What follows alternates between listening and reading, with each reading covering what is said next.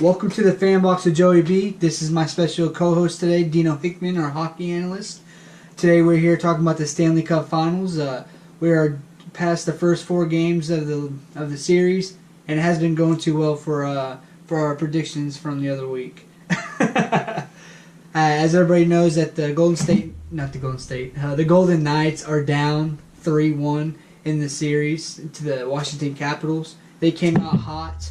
There's a stellar game 1. They won 6-4, and from then it's just been all caps. It hasn't been looking good.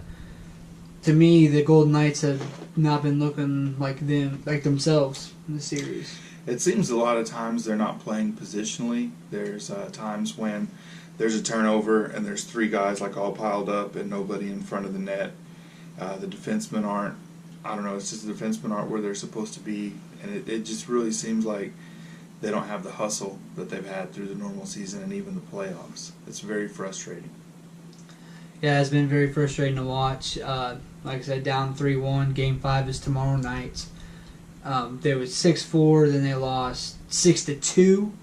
They lost 3-1 just the other night, and these haven't been close games besides the first one.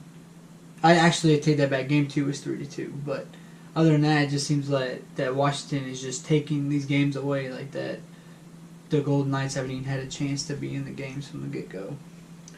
It's all the way that the Knights are playing. They just don't seem like they're stepping up. They don't seem like they're putting forth the extra. It's like you don't really even have to go an extra mile. Like they're just not putting up an extra half mile or quarter mile. They're not playing the way that they should. Ovechkin's looking good. He's doing like a lot more defense, which normally he's not a defensive player, but he's making up like the shot that he took in the leg that he blocked. He's had some good defensive moves. He's been there a lot harder on the defensive end where he normally isn't. He's normally a very offensive, threat, but now he's like a threat 2 ways, and so it's harder for Vegas. And I don't know if they don't pull it off tonight, then then it's over. Then it's over. So transitioning into they're down 3-1. We kind of looked back in the history of the Stanley Cup Finals, and so we're going to transition to who's been successful who in 3-1 series and who has not been. Historically, the Washington Capitals are not the best team to be up 3-1, especially in the recent years. Back in 2010, they were up 3-1 in the playoffs and they blew it. And in 2015 against the Rangers, I think that if you're Vegas and you're in a situation where you're down by 3 games and it's do or die, the Capitals are who you want to be playing because 5 times they've had this lead and blown it in the history of the team. So nobody's come back from this, but it's only been 1 time that a team has come back from this much of a deficit to win the Stanley Cup. If it's going to happen, it's going to be against the Capitals. Yeah, back in 1942, the Red Wings jumped out to a 3-0 lead, actually, and they ended up losing in 7, which the team ended up winning the next 4 games and just blowing them out. So no team has actually been down 3-1 and actually came back and won the Stanley Cup Finals. It's happened throughout the playoffs, but not actually in the finals. And like we were just saying, with the Capitals, they're notorious for giving up a 3-1 lead. Like he said, and what I'm hoping for is that the Golden Knights will take advantage. They'll come back with a force tonight, very fiercely, take Game 5 and make it a 3-2 series and just get ready to win 2 more games after that. I think to myself that Fleury needs to step up, not just as a goalie, but as a leader for everybody. I think that you're right on some of that, but like as a goalie, there's only so much that he can do. Like in the game the other night, there was a situation where he had I think it was 4. He stopped 4 or 5 different shots before they finally scored on him. Your defense has to step up. Your defense has to clear that puck out because he can only do so much on his own. For him to get that many saves, and they were some good saves, all within 3 or 4 seconds, that he's blocking all these, he has to have some help. He can't do it all on his own. I agree.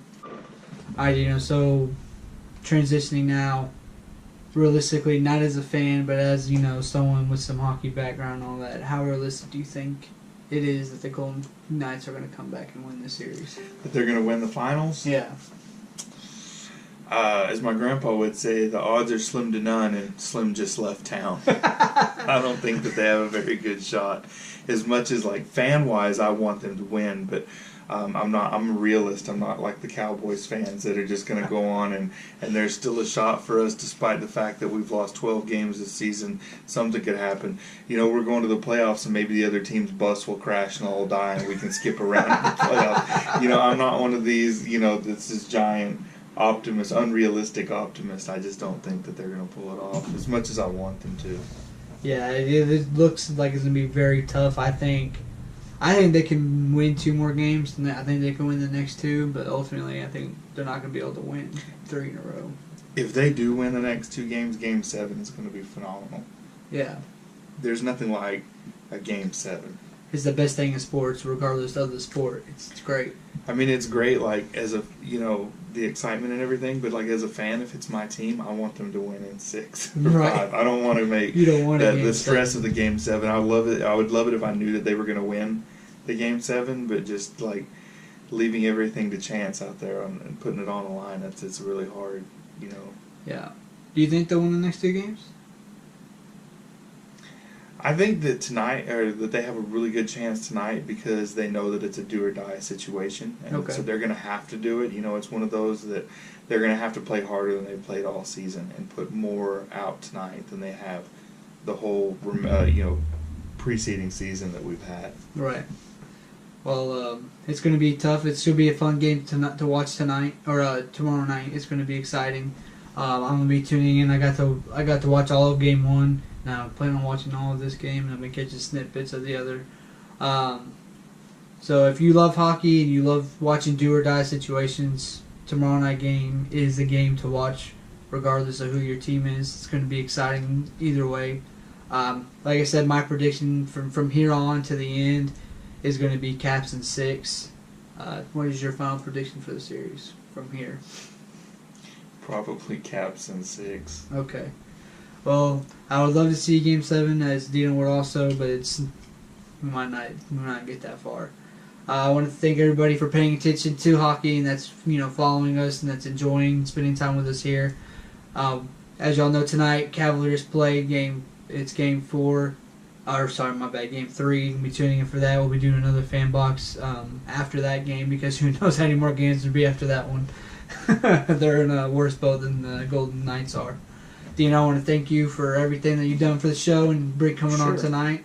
And regardless of what happens, we'll do at least one more show to close out the finals, either crowning our winner or being looking forward to Game 7. Yep. All right, guys. Thanks for tuning in. We'll catch you next time.